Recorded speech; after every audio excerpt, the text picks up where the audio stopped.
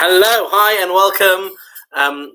Welcome tonight. This is Aish twice daily broadcasts at 1 p.m. and 8 p.m. My name is Shauly Strom. It's nice to see everyone here. Please feel free to chat in the sideline. Feel free to welcome yourself, introduce yourself, especially if we are friends. And also if you have anything to add on this topic or any questions to ask. As I said, my name is Shauly Strom. Just a bit of background what I am and what I'm doing. I'll do a very quick thing over here. I work for Aish on campus. So that's the branch which I work at. Aish on campus operates in Leeds, in Manchester, Liverpool, Bristol, Nottingham, Birmingham, and various other universities. And thank God, I've been very lucky to be the director of Aish Leeds for the past couple of years. So if there's anyone out there from Leeds, please give us a shout out, say hi. The topic which I'm discussing tonight is creativity when the world stops. And I think there's actually a lot to say on that topic. I chose a topic which is extremely loose, extremely you don't need to pin it down to any specific thing, because we're all trying to find that answer nowadays. Kind of how to occupy myself, how to occupy my family, how to make the most of the moment of the time that I'm in right now. So I'd like to share with you my thoughts, a couple of ideas, and as kind of more people join who are watching over our live stream, welcome to all of those that have joined so far. Please introduce yourselves. But as more people join, pop a question in the inbox, pop a comment, maybe something which you've been doing this year, your creative idea that you've been doing over the past few days in order to occupy yourself, in order to make the most of this time. So just to take a step back, creativity when the world locks down. I think that maybe I'm just speaking for myself, but I feel that a lot of us can really resonate with this feeling that we tend to feed off other people's enthusiasm. You walk into a room full of people. You walk into maybe a library or a hush place. Automatically, we take on that persona. So we would tend to take on the persona of the environments that we're around. There's an interesting Jewish idea which is said by one of the earliest people to codify the mitzvot. And he said that really one of the main aspects of Judaism is for us to share our world with all the people around us, because it is normal for a person to interact with the world the way the world interacts with him. So it's normal for a person to feed off his environment and for his persona to exhibit what his environment produces. So my question, which I'm throwing out to everyone out there today, is the following. How do we remain creative?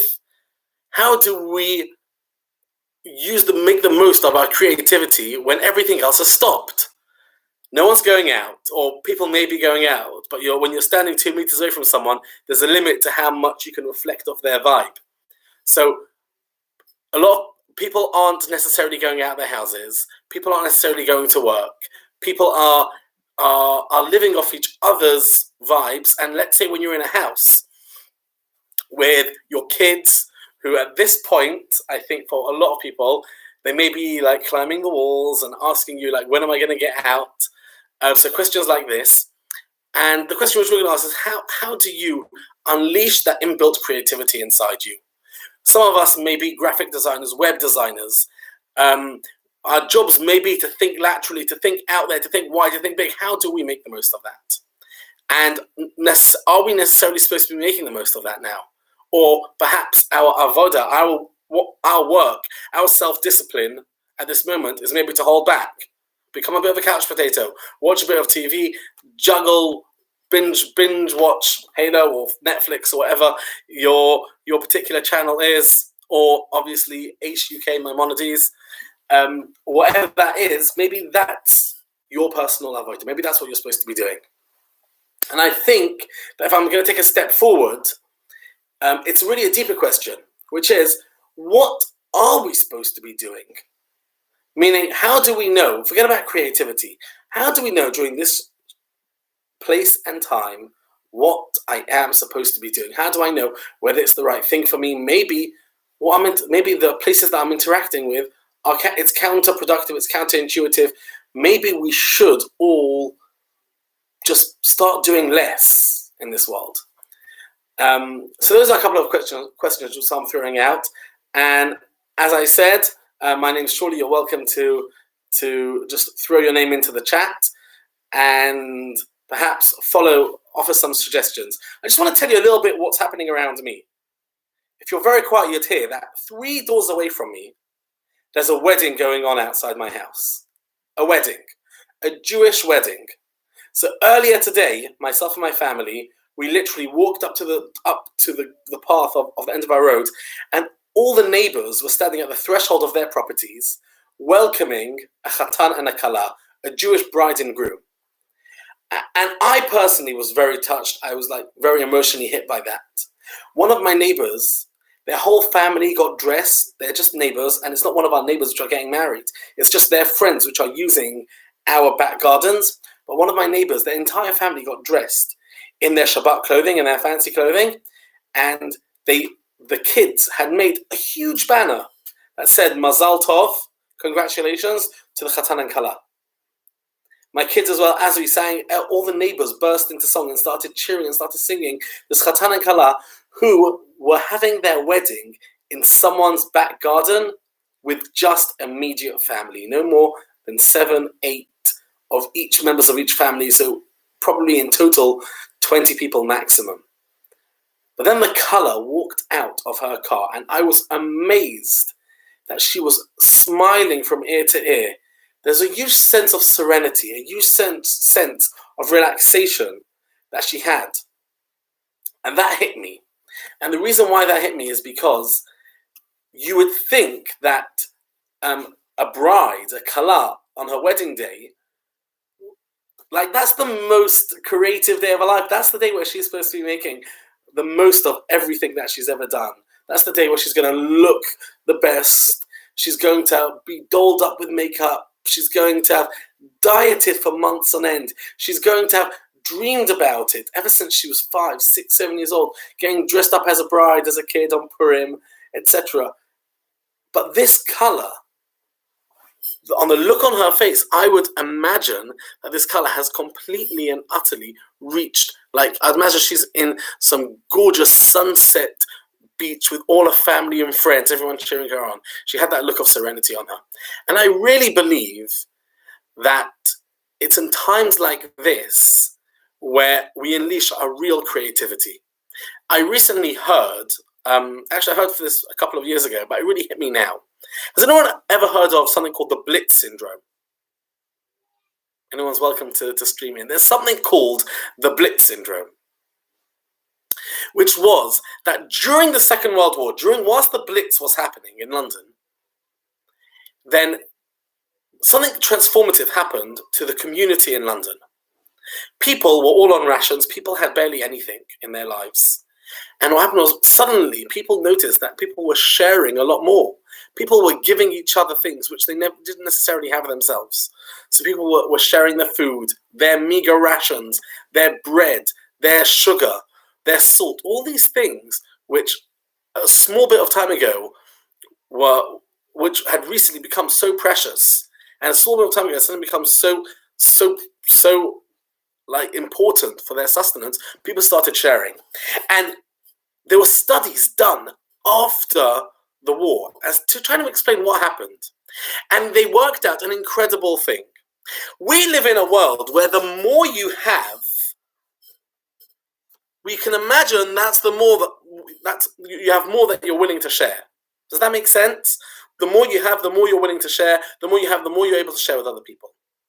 But it doesn't take a genius to realize that the world that we had out there, there was tremendous good going on out there. There was tremendous good. People were sharing and people were caring. But then suddenly, along came something which rocked the entire world. And everyone went out and bought toilet paper, and we've seen enough memes and enough jokes to kind of last us a year to do with toilet paper. Like, I literally saw a legit clip today of a casino where people were their ante was like 5 rolls of toilet paper, and they were literally trading toilet paper. That's what the world's come to. Obviously, a lot of this was done in jest, but we've come to a world where suddenly everyone's hoarding everything. But at the same time, when everyone's hoarding everything, you see tremendous acts of sharing, of care, of compassion for other people, of communities, people going around, people delivering packages to other people. There's an organization called Gift in London, which is a sister organization of Aish, that have been inundated with requests of people. How can I help you? Okay? What's happening? How do we understand the Blitz syndrome? How do we understand what's happening to the world? How do we understand this idea that when people have less, people want to share more? What's really behind it? Flashback to the wedding I was discussing, the wedding a few doors away from me in someone's back garden. That's happening right now. There's like pounding music outside my house. It's awesome. My kids were like, "What's going on? I want to party." I'm like, "You can party from the window." Flashback to that. We probably wouldn't have celebrated in their wedding, but because there's so few people able to do it, suddenly there's this huge responsibility on us. And if I can, I just want to expand upon this one tiny little bit more and explain perhaps where this is all coming from and how to be the most creative in this world. And in order to do that, I want to just quickly dip into two Jewish ideas, which have come up. We've already discussed the idea that a person automatically generates from his environment. So a person's environment is what makes a person who he is.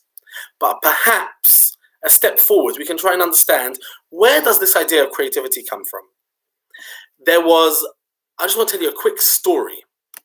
There was a rabbi called Reb Joseph Cairo, who was the author of the Shulchan Aruch, of the first real codified book of law. And there was one time where he was learning, and he was studying, and he was trying to create halakha. He was trying to codify a Jewish law. And after many days, he finally, and this person was of genius brain capacity and brain width. After many days, he finally succeeded in comprehending its meaning. At a nearby table, there was a man who would come every evening to study for an hour or two. And this person used to work. He was a tradesman. And we're talking round about, Rabbi Cairo lived from 1488 to 1575. So you can imagine, just bring this back to some 500 plus years. And Reb Joseph noticed that this man was approaching the very same subject which he spent his entire few days racking his brain to try and understand a deeper meaning in order to codify a halakha, which eventually will be the law for all forthcoming years. He was interested, he was intrigued. How would this person approach this? And to his great surprise, the businessman mastered this passage without any difficulty. Not only did he not find any difficulty, but he automatically hit upon the ruling and the entire mechanism and the algorithm which Reb Yosef Cairo, the codifier, one of the biggest sages that existed in this era, had spent days and days trying to understand. And he was very distraught, and he wanted to understand it. And the story goes as follows, that night he had a dream. And in his dream, he was told that from the time that the Torah entered humanity, so it's from the Sinai revelation, no one had ever comprehended that insight yet. It was brand new.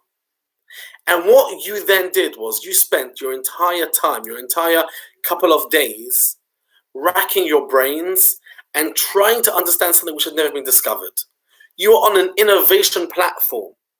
You were on a brand new platform which no one had ever gone down. No one had ever invented that idea. No one had ever codified that law. Once you were able to create that, suddenly the entire world now has a new rush, a new wave of creativity. And because you now have that new wave of creativity, anyone's able to latch into that and get that creativity and be as creative in that same way. There's something extremely, there's a very famous passage in the works of the Bible, the Tanakh. It says, "Ve'en kol chadash tachat hashamesh." There's nothing new from under the sun. Meaning, from as soon as the world came into existence, everything exists in some shape or form, in some kind of parameter. Everything exists. The real composite models, the neurons, the atoms, the molecules, everything already exists. It's just a question of sharing them and where they exhibit themselves in humanity. That's what Ein kol chadash tachas hashamesh means. That's what there's nothing new under the sun means. Everything is just a reenaction of something which has happened previously. Now, I'm not saying this in any mystical way. I'm saying this in really almost an intuitive way. That although everything physical, so you take the Encyclopedia of Jewish Concepts. Why do I have this here? I've got no idea. But really, everything that existed over there, the DNA of it, the structure, the molecular design of it, the idea of that existed in whatever pre-existed that. So whether it was the seed that eventually grew into the tree, which eventually was made into pulp, which eventually made the book, existed beforehand. The mechanics of it existed beforehand. And just to hone in on how that works with our day-to-day interactions, we're faced now, particularly today, and the next few days or weeks or months or whatever, God forbid, it's going to be, we're faced with a massive challenge, which is, do we look at the rest of the world and we see everything stopped, and therefore we decide to limit our creativity, or do we say, no, this is an opportunity for us to share, to become abundant, to become more of whatever we are? And I really think that when you look around you, you'll realize that every single person has that opportunity.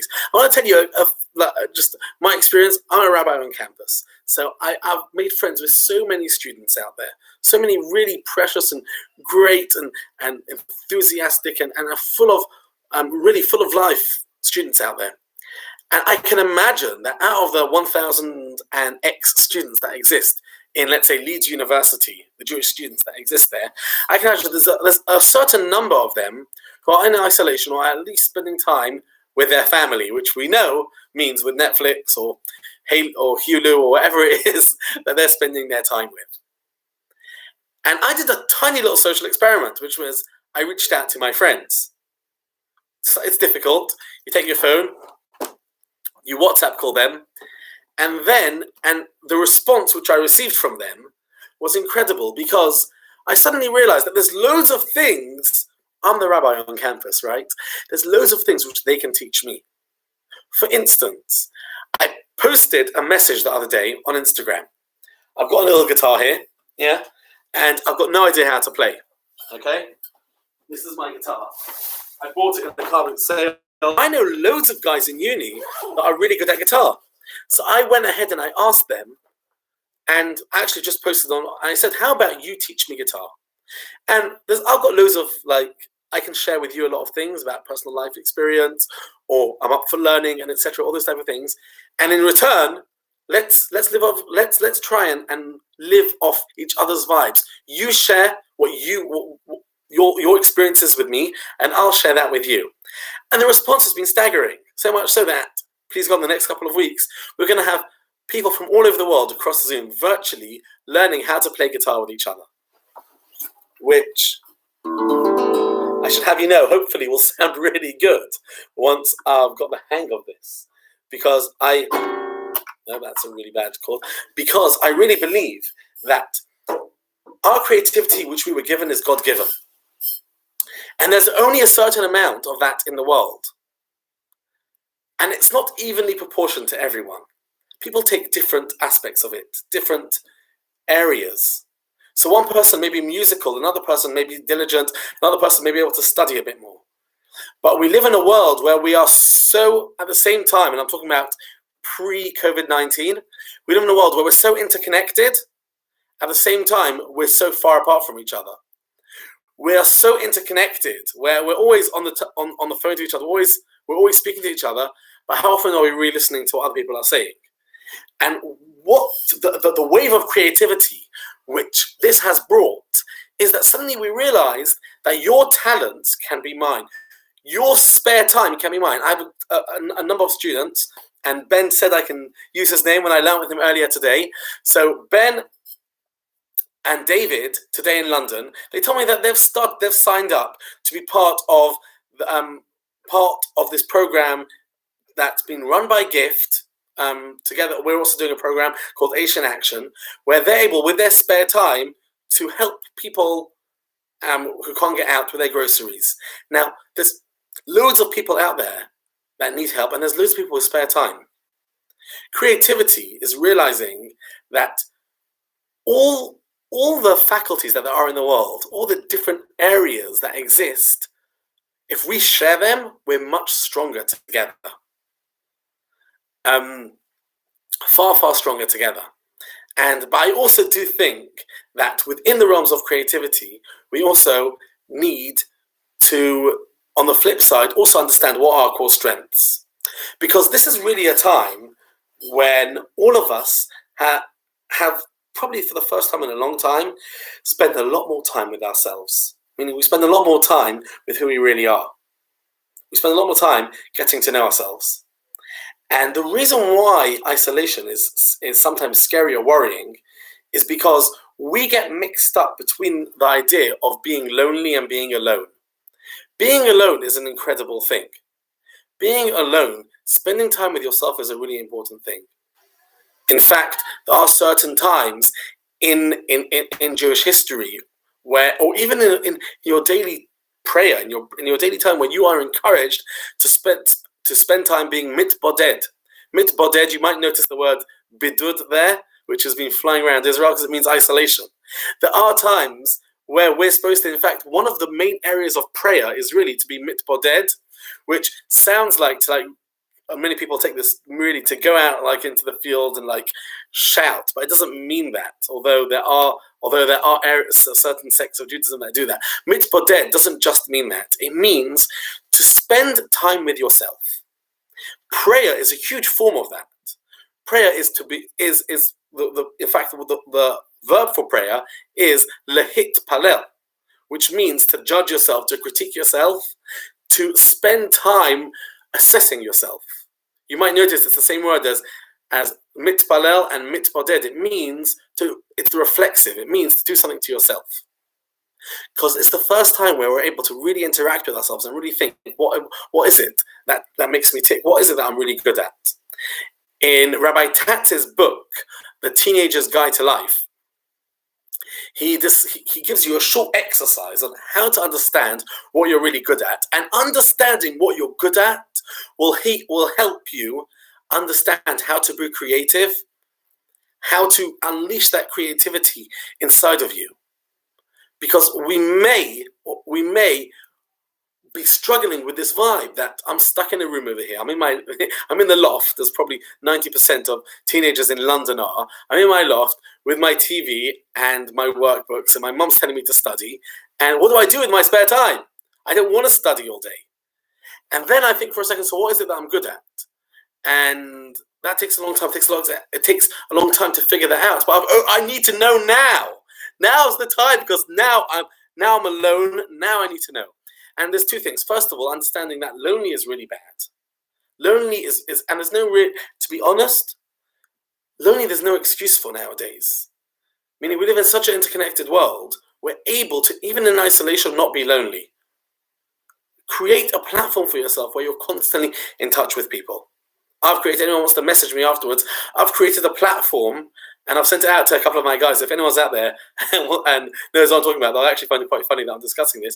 I've created an online platform that has actually filled in my own schedule time that I'm able to interact with each other. Because being lonely is not good, but being alone is an incredible thing. And when you're alone, you can really discover what your creativity is. And Rabbi Tats, just to quote what he says that there's a very, in this book, The Teenager's Guide to Life, which must have been made whenever it was written for the most sophisticated teenagers I've ever met. But what Rabbi Tats is, he says the following. He says that draw a circle. And if anyone wants to know where it is, it's page 79 of the book Teenager's Guide to Life. And he says, draw a circle, and then in that circle, try and write all your talents. So write all the things that you are good at yourself. Okay? And he says, put every single part of your character in that. And he says, you need to put in much more than things that are recognized in the formal school system. Are you warm? Are you empathetic? Are you caring? Once you've done that, then what you should do is outside the circle, write the things which you're not good at. Then he says, study the circle. And he says, study it well. He says, then realize that you're looking, when you're in the circle, you're looking at the things which are uniquely you. He says, if you want to know what you're meant to do in this world, look in the circle. He says, the contents of the circle are your tools. Now, obviously, what we're supposed to be doing is expanding that circle. So maybe I know that I enjoy helping, I enjoy interacting with people. Yeah, I enjoy being creative, thinking of ways other people, I'm always the person to give other people advice. So if that's what I'm good at, now's not necessarily the time for me to, when I'm alone, also be trying to make the most out of my my national history knowledge, right? Maybe this is the time when I'm supposed to be trying to work out of how can I utilize that in the best way possible.